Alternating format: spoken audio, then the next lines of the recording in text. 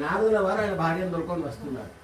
హిరణ్యకశ్యపుల వారి భార్యను చేతిలో కొడుకొని వస్తుంటే నారదుడు అని అడుగుతాడు హిరణ్యకశ్యపుడు, నా భార్య నువ్వెందుకు దొరక వస్తున్నావు, ఆమె అంతఃపురంలో ఉండాలి కదా అంటే, అప్పుడు నారదుల వారు చెప్తారు, అయ్యా నువ్వు తపస్సుకు వెళ్ళిపోయినావు, ఇంట్లో ఏమైతే నీకేం గుర్తున్నది, ఇంద్రుడు వచ్చిండు నీ భార్యను ఎత్తుకపోతుంటే నేను కాపాడినా.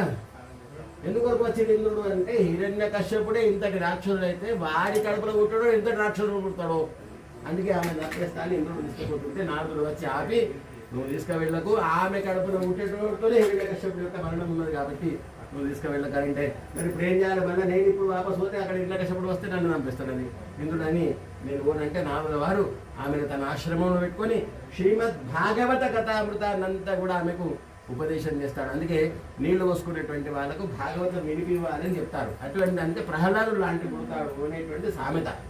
గట్టిగా పుట్టలేదు భగవంతుడు, మన పూర్వీకుడు చెప్పేటువంటిది ఏది కూడా గట్టిగా చెప్పలేదు. భాగవతాన్ని చెప్పడం ఎందుకు చెప్పిస్తారు అంటే, తల్లి గర్భము నుండే భాగవంతుడి యొక్క తత్వాన్ని తెలుసుకున్నటువంటి వాడు ప్రహ్లాదుడు. అంటే ఆ జీవి వేరు, మనం వేరు, అయినా మనం ప్రయత్నం చేయాలి.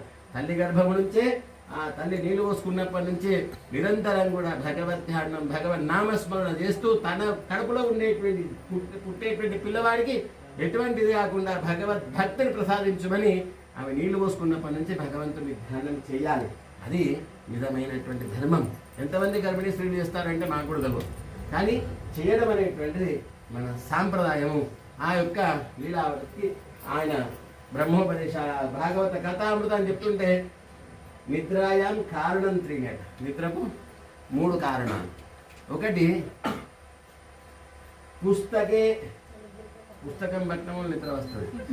ఒక్కొక్కడు అంటాడు నిద్రనే వస్తలేదు అయ్యా, ఎంత బంద లేదా జపం చేయమను జపమాల కారణం. మరి కథ చెప్తుంటే నిద్ర వచ్చింది, ఆమె పడుకుంటుంటే కథ చెప్పేటప్పుడు కొంతమందికి అలవాటు అంటుంటారు. నారదుడికి ఆ అనే శబ్దం పూకారాలు వినబడుతుంది.